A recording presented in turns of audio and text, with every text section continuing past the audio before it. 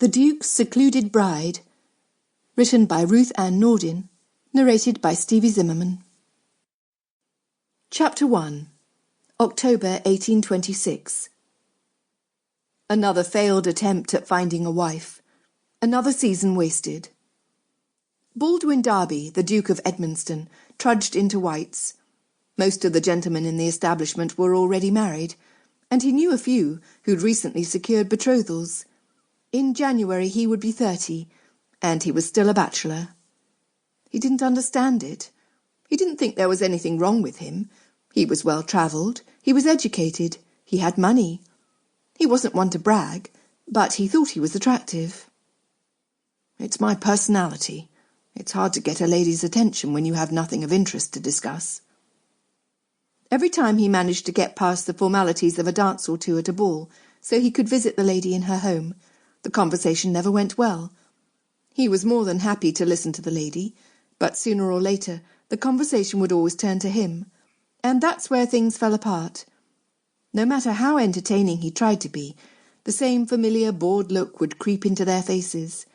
As soon as that happened, he knew he'd ruined things, and he managed to ruin things each and every single time.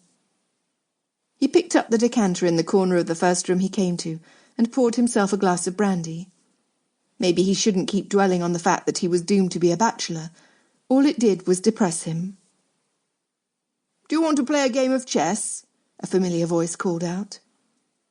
Baldwin turned from the decanter and faced his friend, who was sitting at a chessboard by the window. He went over to him. "Don't tell me Perry left you here to fend for yourself." Nathaniel Buford, the Earl of Roderick, grinned. "He did, but it was for a good reason. Rosanna turns 1 today." "Rosanna's already 1?" Baldwin asked, as he sat across from him. He nodded and arranged the pieces on the chessboard. "Perry and Paula are taking their children out for the day to celebrate." Baldwin hid the twinge of jealousy that rose up within him. Nate had 2 sons, and Perry had 2 sons and a daughter. Even Marcy, his younger cousin, had a baby, and they even had love matches with the people they had married too. How did they make it look so easy? "What's your secret?" Baldwin asked, as Nate made the first move on the chessboard. "I'm not giving up my strategy," Nate replied. "You'll have to see if you can come up with a way to win the game all on your own."